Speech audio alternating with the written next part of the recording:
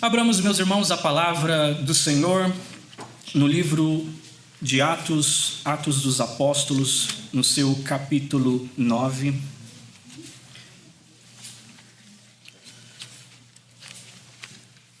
Atos dos Apóstolos, no seu capítulo 9. E vamos ler do versículo 1 até o versículo 9.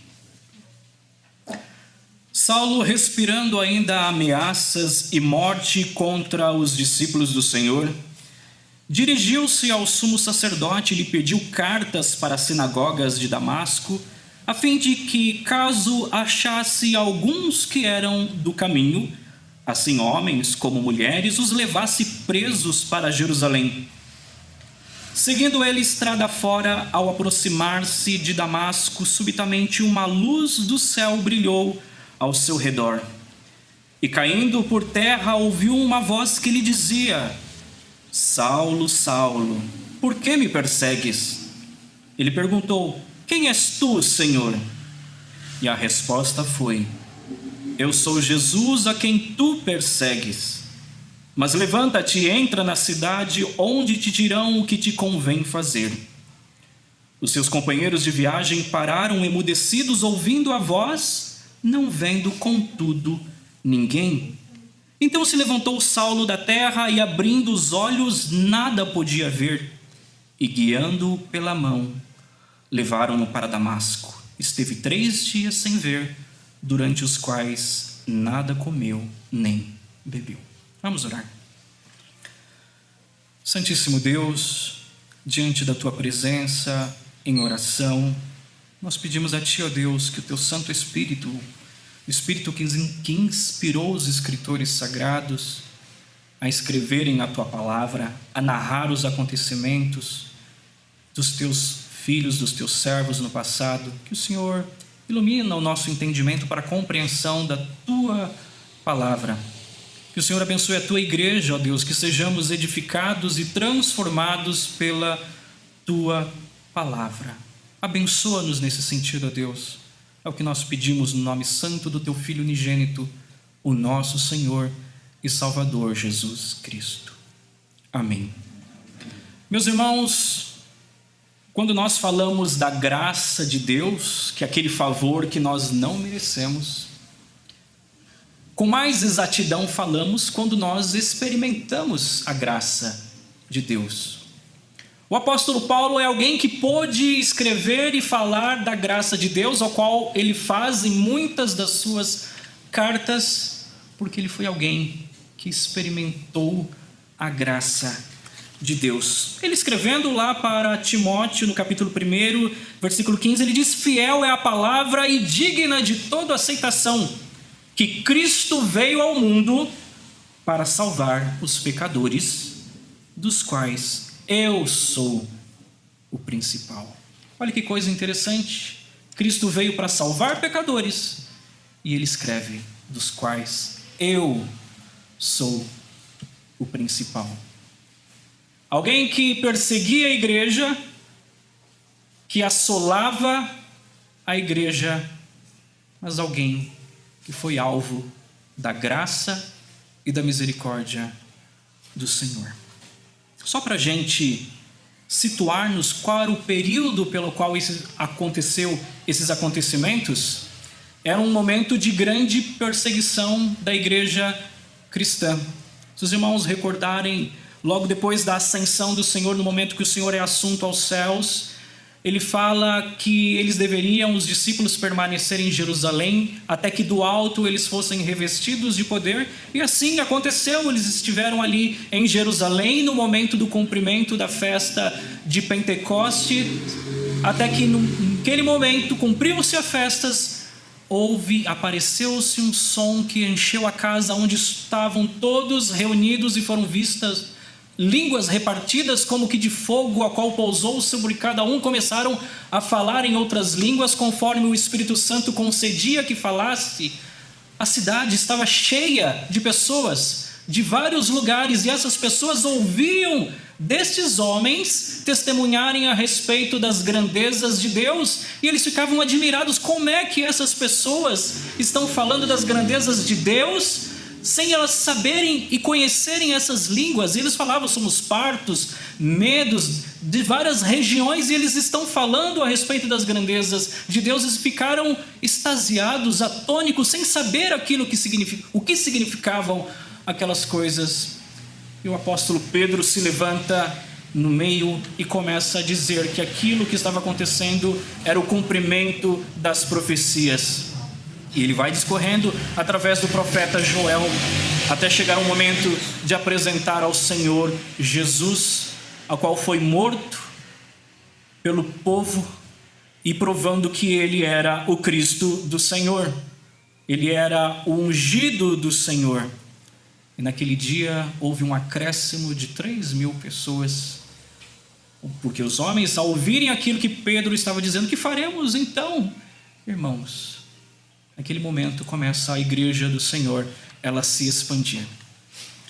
E pela igreja do Senhor estar se expandindo, muitos religiosos vão começar a ficar incomodados.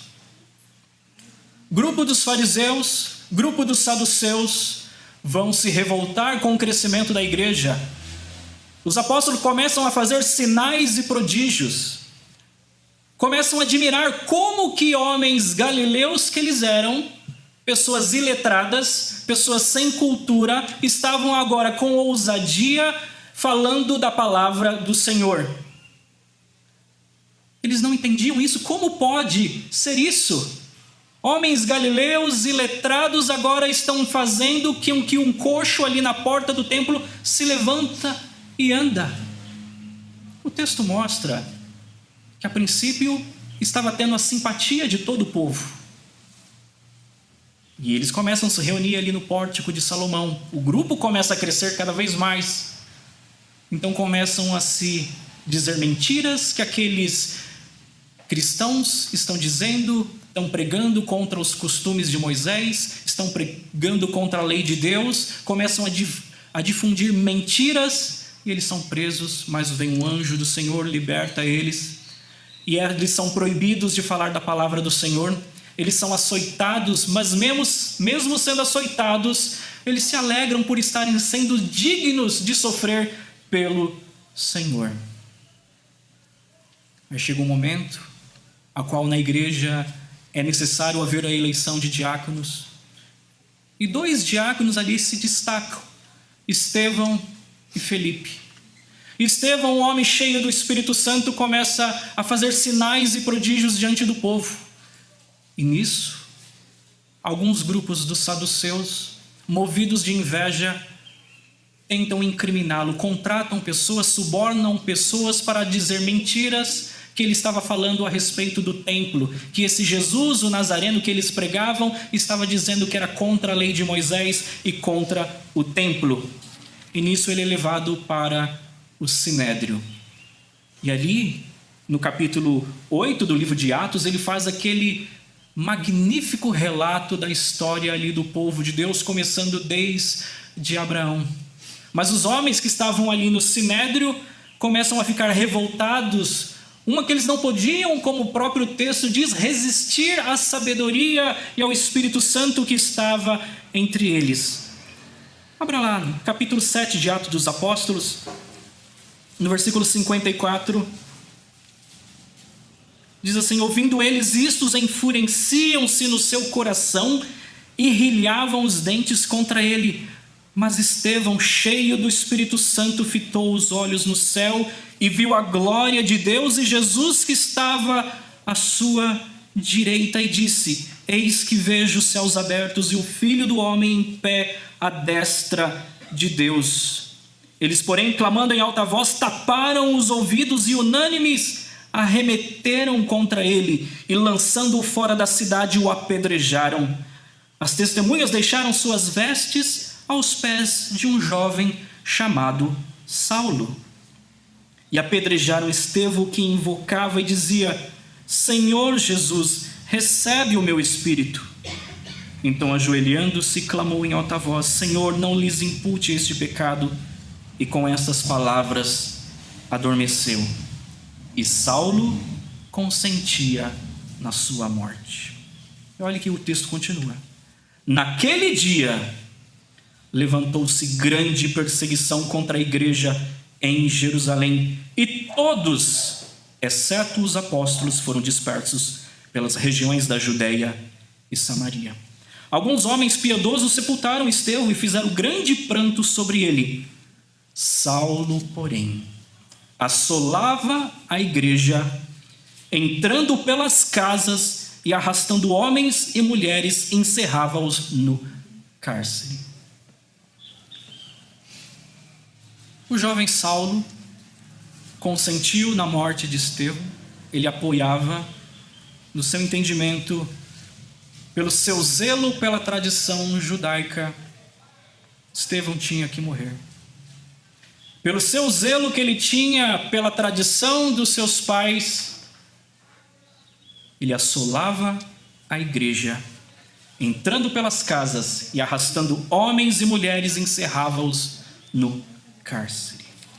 Esse é o momento que a igreja daqueles dias estava vivenciando.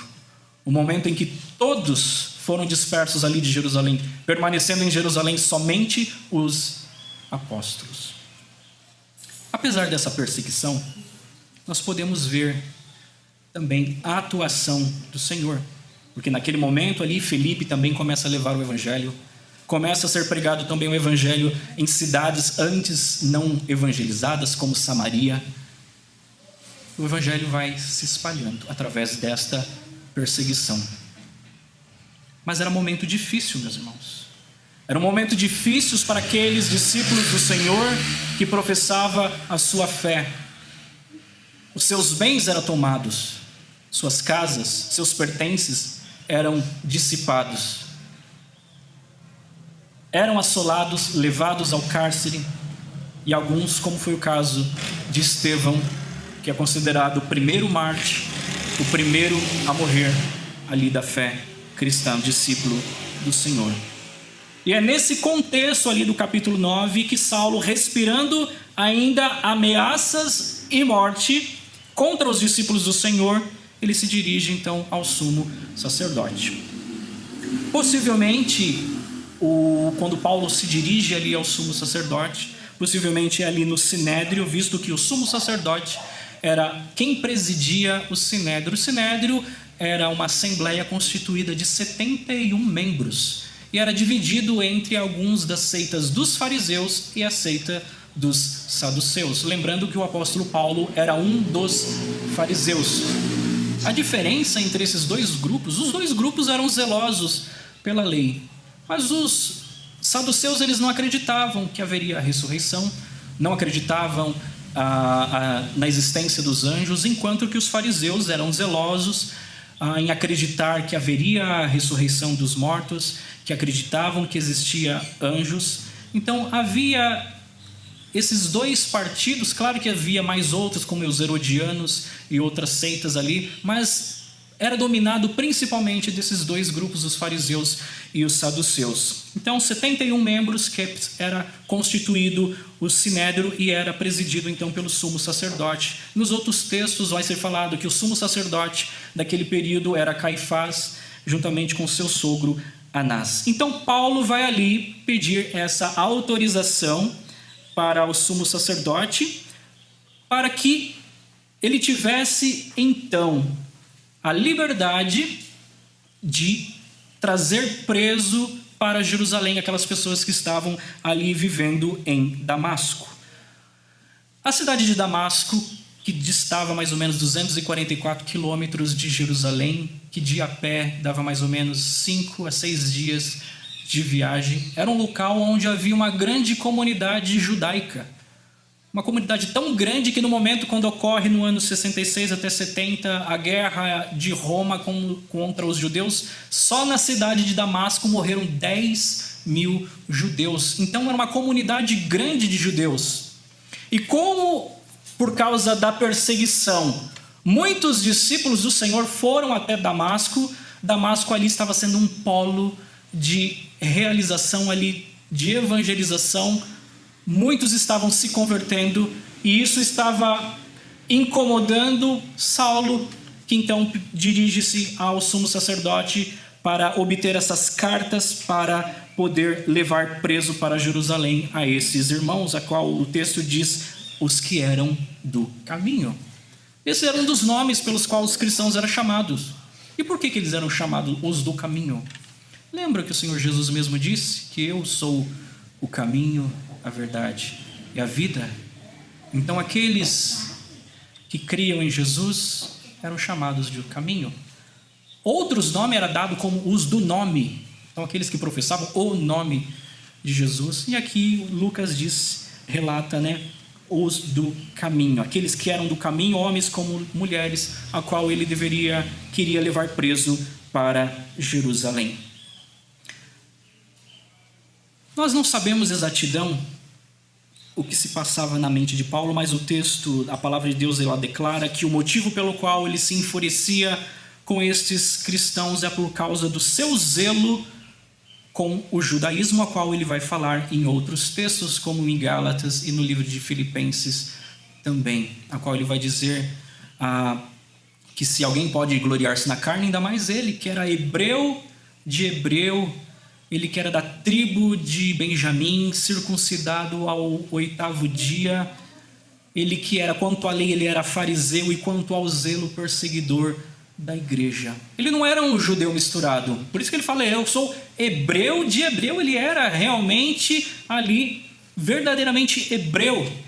Não era um prosélito, alguém que foi convertido ao judaísmo, era alguém de tradição, de linhagem judaica, e o seu nome Saulo, possivelmente dado em homenagem ao primeiro rei de Israel, Saul, que traduzindo para o português chamamos de Saulo. E ele era um cidadão romano, por isso que tinha o nome também romano de Paulo. Muita gente fala que Saulo foi transformado em Paulo. Não, ele tinha os dois nomes e alternava o uso dos dois nomes sem problema algum. Então, dentro da comunidade judaica, ele era Saulo, mas para os outros povos, por causa da sua cidadania romana, ele utilizava o nome de Paulo. Então, ele vai lá com o objetivo de escravizar a esses irmãos, e o motivo disso era o seu zelo que ele tinha pela tradição dos seus pais. E nós podemos até imaginar, meus irmãos, o que se passava na mente daquele homem que perseguia, que levava preso a estes irmãos. Como essas pessoas, hebreus, estavam agora acreditando nesse homem que morreu.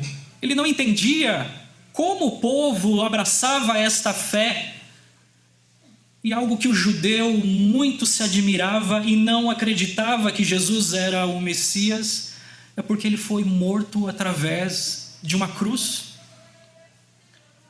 Isso para o judeu era inaceitável. Como esse pode ser o Messias se ele foi preso no madeiro? Porque a palavra de Deus diz que é maldito todo aquele que for pendurado no madeiro. É o texto de Deuteronômio capítulo 21, 23 diz: porquanto o que for pendurado no madeiro é maldito de Deus.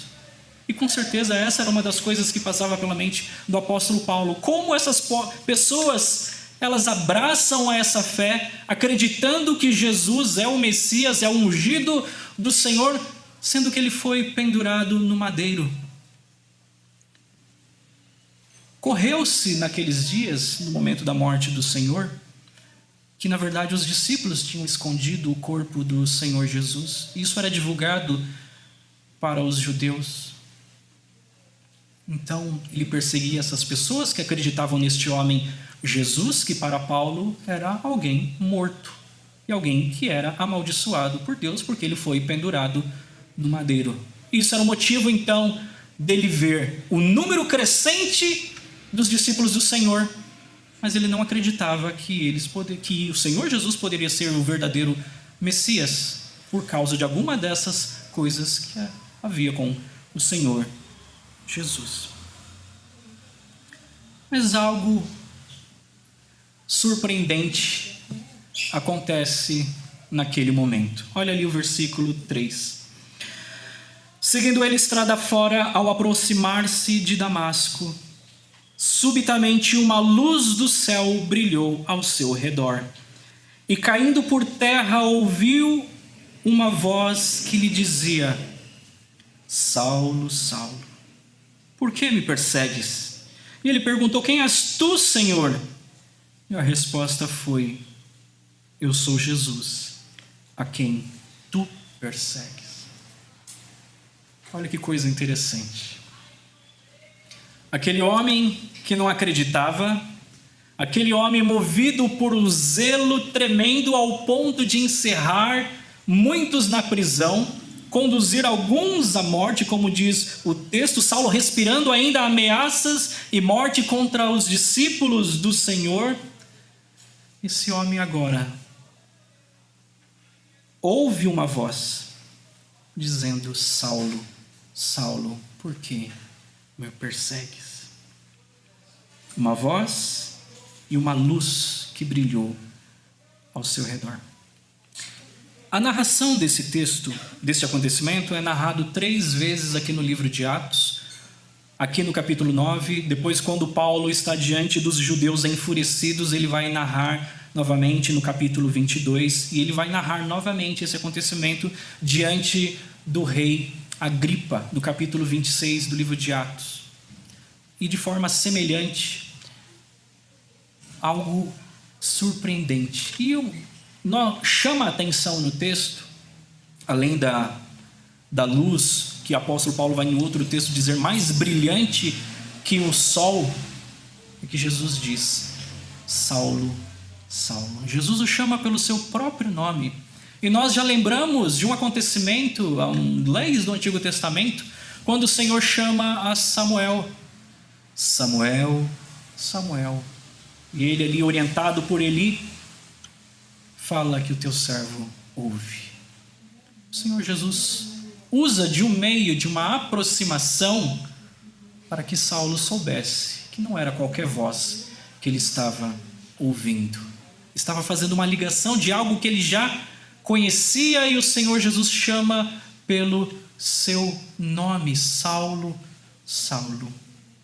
E a pergunta é: por que me persegues? Saulo perseguia esses cristãos, a esses irmãos do caminho, que professavam um nome a qual ele não acreditava ser o Messias, acreditavam que era simplesmente um homem que morreu. Mas agora ele ouve essa voz: por que me persegues? E algo maravilhoso que nós vemos no Senhor Jesus Cristo é a identificação que ele tem com o seu povo. E se alguém persegue algum dos discípulos do Senhor, está perseguindo ao próprio Senhor Jesus. Ele disse antes da sua morte aos seus discípulos, ao qual o apóstolo João narrou, que eu estarei convosco todos os dias. O Senhor está com o seu povo, até mesmo no momento da perseguição, até mesmo no momento em que a perseguição se faz mais aguerrida, mais difícil, mas o Senhor está ali com o seu povo. Nós vemos ali no livro de Apocalipse que Jesus é aquele que anda em meio aos candeeiros de ouro, significando que ele está presente na sua igreja. E naquele texto ali de Apocalipse, para todas as igrejas, ele diz: eu conheço as tuas obras, sei do seu sofrimento.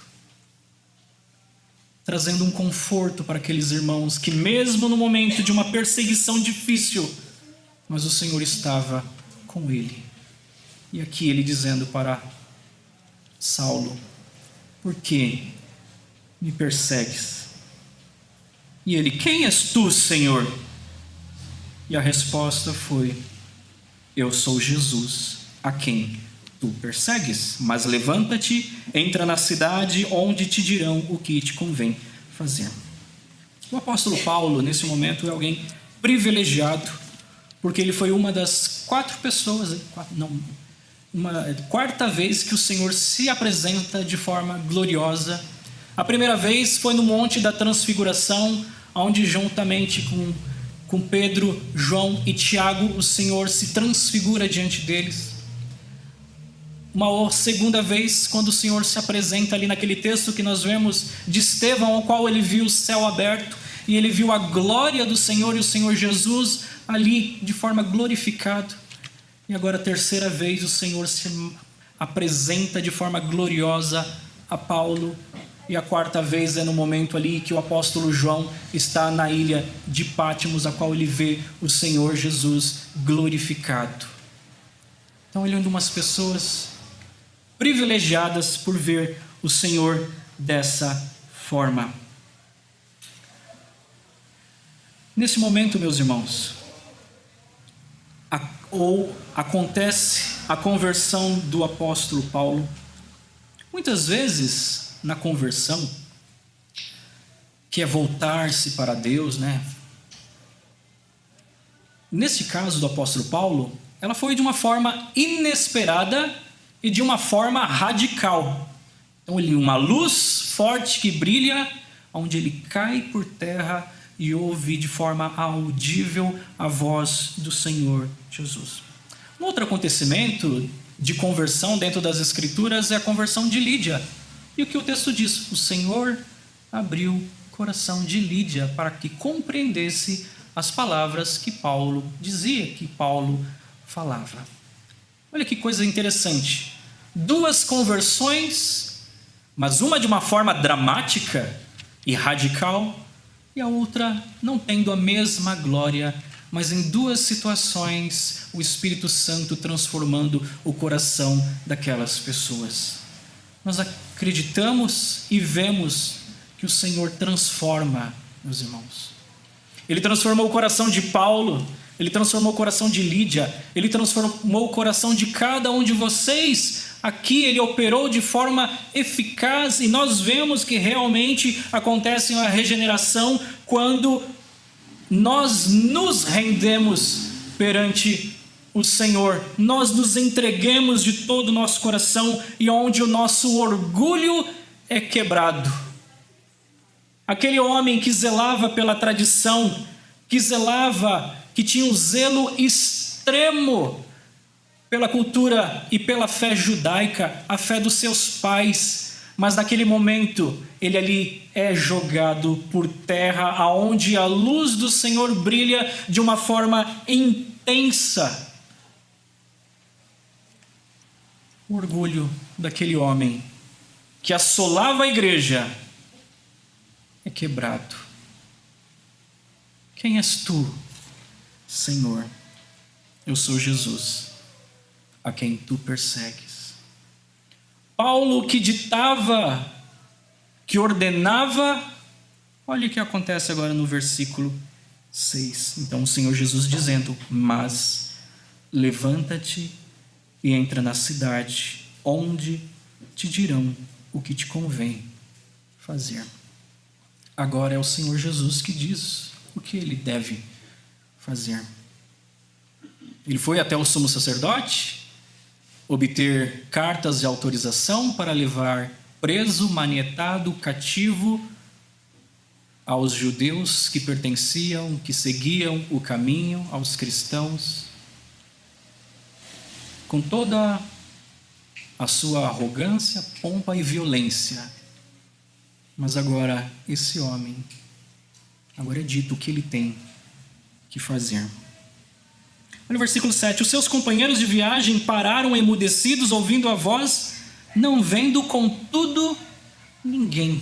Eles ouviram que alguém falava ali com Paulo, mas não viram ninguém.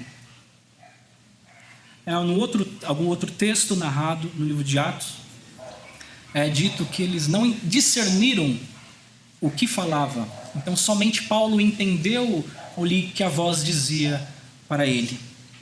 Então ele se levanta, versículo 8, então se levantou Saulo da terra e abrindo os olhos, nada podia ver.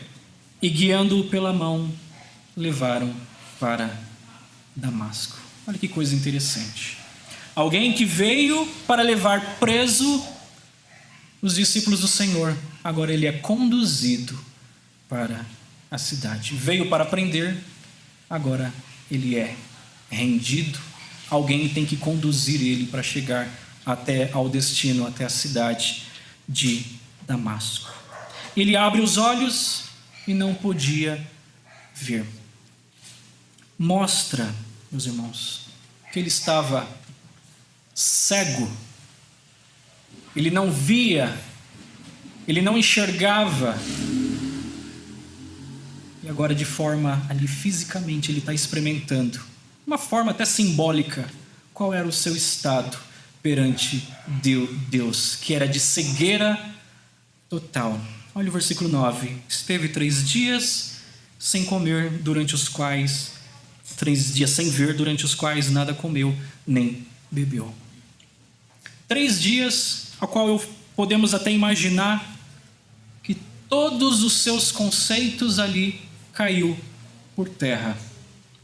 Aquele homem zeloso pela sua tradição, até o ponto de assolar a igreja do Senhor, de perseguir ao povo de Deus, agora surpreendido pelo próprio Senhor Jesus, que se manifesta a ele que perseguia aqueles que professavam o nome do Senhor.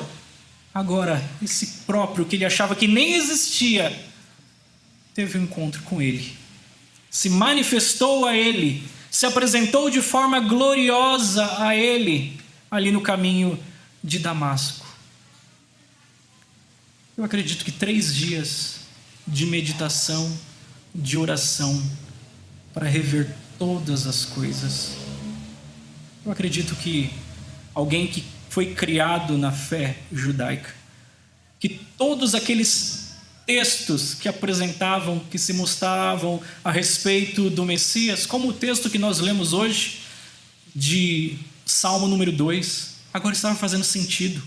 Salmo 16, Salmos 22, todos esses salmos messiânicos, agora ele conseguia identificar que Jesus era aquele registrado nas Escrituras Sagradas. A gente até entende uma simbologia de como o Senhor Jesus esteve 3 dias morto. Foram 3 dias a qual Paulo esteve crucificado com Cristo. O que nós aprendemos, meus irmãos, com tudo isso? Nós aprendemos que o nosso Deus, ele salva pecadores. Nós aprendemos que não existe um coração tão endurecido que não pode ser transformado pelo Senhor. Aquela pessoa pela qual você ora, que Deus transforma, que Deus converte, e você não vê nenhum sinal ou resquício de transformação naquela vida. Pode ser que no tempo próprio, meu irmão, será transformado, porque não existe um coração duro que não pode ser transformado. O exemplo de Paulo é isso, como a graça de Deus trabalhou no seu coração. Como aquele texto de Ezequiel: tirarei de vós o coração de pedra e vos darei um coração de carne, porei dentre vós o meu espírito para que andeis nos meus caminhos. O apóstolo Paulo era um exemplo do que tinha acontecido. Não existe coração endurecido para o Senhor. Não existe um coração endurecido pelo qual o Espírito Santo não possa ali transformar, iluminar o entendimento para que ele venha compreender ao Senhor Deus e a Jesus Cristo, ao qual o Senhor Jesus, não existe um coração ao qual ele não possa ser revelado a esta pessoa. Nós aprendemos, meus irmãos, que muitas vezes, diante de uma perseguição tremenda como a igreja de Jerusalém sofria naqueles momentos, o que era o maior perseguidor, agora se arregimentou, se tornou parte agora daquele povo. Nós aprendemos, meus irmãos, que Deus tem estado com o seu povo, que mesmo em momentos de perseguição, Deus se identifica com o seu povo. A salvação pertence ao Senhor. Nós aprendemos, meus irmãos, que o mundo caído, eles precisam enxergar a salvação em Cristo Jesus. E assim como Paulo estava ali, cego, assim o Deus desse século cegou o entendimento de muitos para que não resplandeça a luz da glória de Cristo. Mas Deus tem se revelado, meus irmãos. Deus tem transformado corações. A glória do Senhor, a luz do Senhor tem se manifestado, chamando os seus eleitos. Pode ser de uma forma radical, como aconteceu ao apóstolo Paulo, ou pode parecer de uma forma gradual, tranquila, como aconteceu com Lídia ou com outras pessoas narradas nas Escrituras Sagradas. Mas uma coisa é certa: a salvação pertence ao seu povo, e o Senhor tem chamado os seus eleitos dos quatro cantos da terra. Que Deus nos abençoe, meus irmãos.